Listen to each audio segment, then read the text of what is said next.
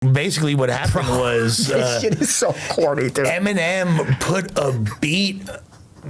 He basically released a beat or whatever, like for sale. And Tom McDonald spent, like, was it 100 bands? 100 bands. Yeah, 100 bands on the beat. It was like, it wasn't an NFT, but it was that. It was presented as like it was when NFTs were hot. Okay. Yeah. So Eminem comes out with this beat, and he's like, if you want to rap to an Eminem beat, spend $100,000 and Eminem will have produced one of your tracks, and it'll be produced by Eminem. You can do whatever. And it was sold as an NFT. And Tom McDonald bought the beat for $100,000 and made a song called like "I Love." What is it called? He basically proceeded to suck his dick. He made a song. Wax. So you know the song. Yeah, you know the song "Stan" that Eminem made. Yeah. So he is like Stan in the song. Yeah. So, and it's like a song where he's like, I love you so much, Eminem, you're so amazing. And but it's like from the perspective of Tom McDonald being a diehard Eminem fan. You made it okay for me to be white. This sounds extremely cringe. It's painfully cringe. Like it's but like, his fans ate it up. Really? He probably made it. So he back. put this out. Yeah. It's like with a video. Like there's a video of him like rapping like "Dear Eminem, I love you so much," and it's to a beat that Eminem sold to whoever wanted to buy it. So it's not like Eminem produced the track. Eminem put out the beat NFT. Tom McDonald bought it for 100 bands and then made a song about Eminem saying "I love you so much." And so, do you know of what Eminem's reaction to this was? I do. I do. Who's the mole? I can't.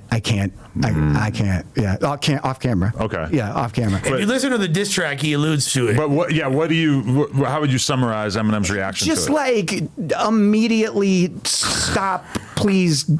Like it was basically like uncomfortable. I don't want to hear it. I'm uncomfortable even just hearing it. Like, dude. if you were to start like heaping praise on me for a couple minutes, I would feel deeply uncomfortable. Now, doing it to song, yeah, that sounds way worse. And a beat that you made where like not only that, but you're getting paid 100 bands for it, and he comes out with it. Like, can you imagine? You could have done anything. You could have done anything. You could have made a song about anything and said produced by Eminem. Fire. You got an Eminem track. Instead, he makes it about Eminem and talks about how much he loves Eminem. How I'm basically your reincarnation. It's so painfully fucking corny to listen to. It's like, wow. Could you imagine ever doing that with anybody? No.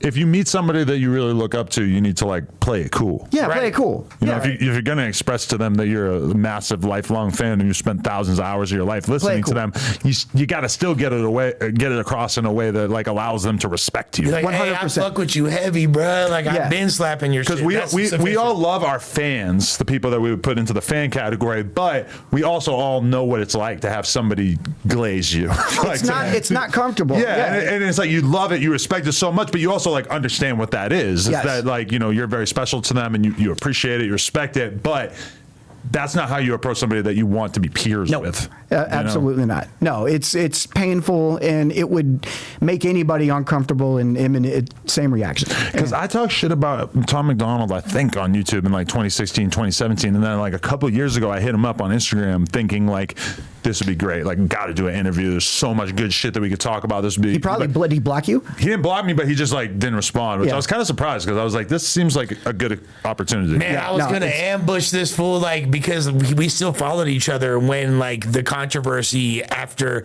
he dropped that song came out. It was first going viral, and I was like, yo, like I had a radio show at the time. I was like, come by the show. I'd love to interview you, bro. I want you to tell your side. You were gonna Charlemagne him? Oh yeah, I was about to line this fool up. Oh my God. It was about to be all biz ed, but like, yeah, he wound up. At first he was like, yeah, bro, but then I just couldn't. I think eventually he started like not responding. I was like, yeah, this fool.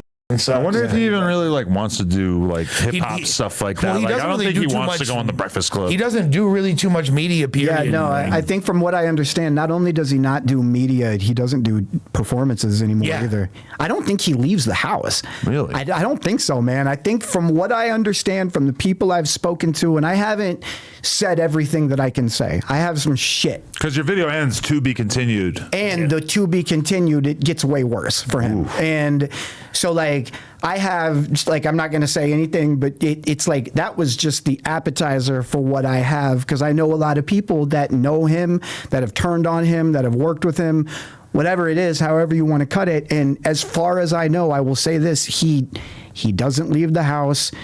Scared of his fans, doesn't want it. He doesn't do shows anymore, simply because he wants to avoid interacting with people. So it's why you don't see media like that.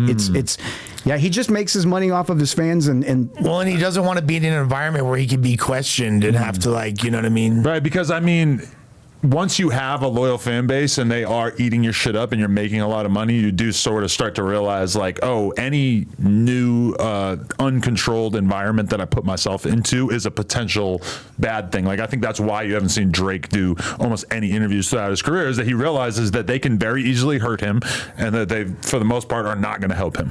Yeah. But and especially now where there's so many different questions you could ask him. And now is a real, he has so many reasons not to now. Yeah. Imagine Tom McDonald sitting down with Poetic Flacco. Yeah, exactly. Or he of course he wouldn't go on the Breakfast Club because Charlamagne's immediately going to put him on the grill. Yeah. He's donkey of the day. He has no reason not to be as harsh as possible. Whatever he did to Post Malone is going to look like nothing. God, dude. Yeah, it'd fucking roast him. It'd be awful. But you'd think that there's got to be some like friendly platforms that he Post could Malone insert is himself like into. Malcolm X compared to Tom McDonald. Because I would give Tom McDonald a very, very fair interview. I'm definitely not going to use it as an opportunity to just shit on him or whatever. You know? Yeah, and that's a responsibility in ethics as an interviewer for sure. I mean, he deserves the right to speak his mind and say the things that he wants to say, and it is what it is. Like, for me as a person, I just think that if you're going to be a part of this culture, you have to have some sort of root in it. In my opinion, and to me, he has always come off as somebody that didn't start rapping until like the second Eminem album and didn't grow up around anybody that understood rap music or hip hop, and that's why he's so cringy, and that's why he makes the creative decisions that he makes, is because he's not of the culture.